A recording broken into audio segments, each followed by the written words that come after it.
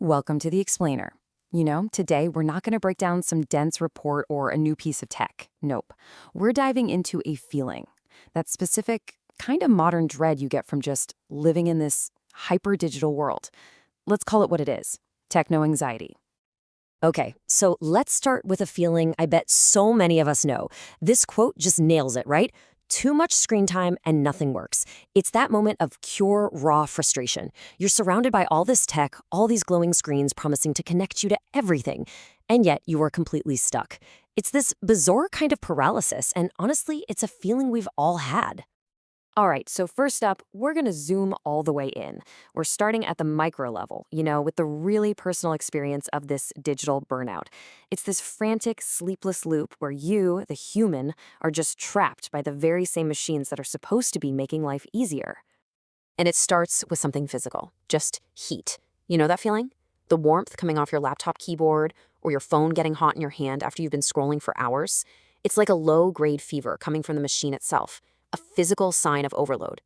And that heat, it leads to this: clicking. Just endless, repetitive clicking. It's almost mindless, isn't it? You're hunting for a driver, a setting, some kind of solution to your problem, anything. But it's always just out of reach. And every single click is just a tiny, frustrating echo of that desperation building up. And then, of course, there's the scrolling, the infamous infinite scroll. I mean, how many hours have we all lost to this? Just digging deep into ancient forums, reading obscure comment threads from years ago, all of it a desperate hunt for an answer. You're just looking for that one other person on the entire internet who's had the exact same problem and hopefully found a fix. And this really shows the vicious cycle we get stuck in, right? Step 1, you search for an answer. Step 2, you immediately hit a wall. An error message, a broken link, or my favorite, deprecated software, which is just a fancy way of saying this tech has been totally abandoned. And that failure, that dead end, leads to step 3. You just let the rage win. It's this helpless feeling that's so frustrating it literally keeps you up at night staring at that screen. This is where things get really interesting, because the problem starts to turn inward. It's not just a technical failure anymore, it becomes a personal one. The machine's problem is now your problem. It's not just that your drivers are incompatible, it's that you start to feel outdated, obsolete. Like you just can't keep up with a world running on a system you don't fully get. So, what do? In that moment of pure desperation, you reach out for help. You go looking for that online community, searching for someone, anyone in this vast digital forest. But so often, you just get silence. That whole promise of digital connection feels totally hollow, and you're just left there, completely alone with your broken machine.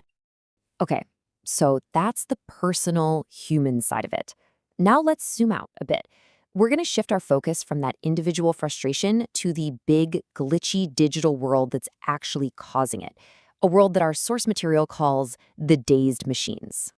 So, the world we're trying to navigate is this ridiculously complex network. I mean, look at this list. We've got data moving in parallel, in clusters. It's all flying through these giant undersea cables we never even think about. The bottom line is this whole thing operates on a logic that is just profoundly not human. But here's the thing, this massive system is far from perfect. It's actually full of errors, full of chaos. The source material talks about this inherent instability, the glitch in the code, the ghost in the machine. And we're not just talking about user errors here. Nope. These glitches, these ghosts are fundamental to the machine world itself. And this is where you really see the disconnect. It's our simple, human, emotional pleas versus the cold, hard logic of the machine. We're over here just begging, please just make it work. And the machine just spits back, protocol unsupported. We say, let me feel away, just wanting the stress to end. And it says, system is deprecated. We're basically trying to have a conversation in two totally different languages. All right, let's take one final zoom out. This time, we're going to a much more philosophical level. We're going to talk about how this whole digital world, and especially AI, is changing something absolutely fundamental to us, the most human thing there is, our language. So check this out, because this is the big shift. AI isn't just processing our language anymore. Now it's creating language. It's generating whole new sentences and ideas, but not from any real human experience or feeling. No, it's doing it based on the mathematical patterns between symbols. It's literally building a new reality from, as the quote says, the heart and soul of the symbols. And that leads us to this really important idea, signifiers without meaning. Think about it like this. For you or me, a word like home is loaded with feelings, memories, smells, right? But for an AI, home is just a data point.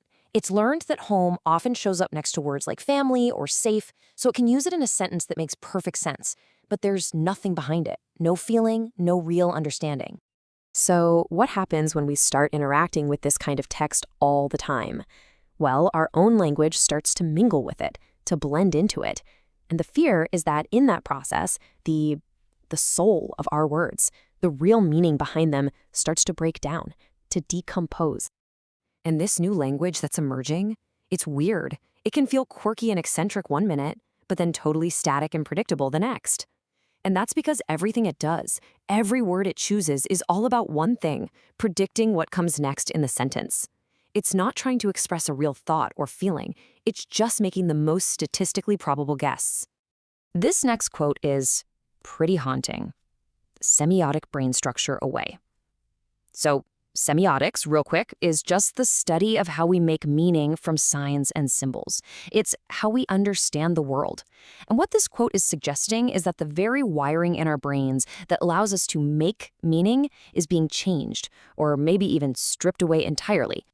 And that brings us all the way back around. We started with the simple heat coming off a laptop during a sleepless night, and we've ended up in a world where language itself might be losing its connection to reality. So it leaves us with this big, final question to chew on. When language itself becomes a ghost, just an echo of real human speech, how do we even know what's real anymore?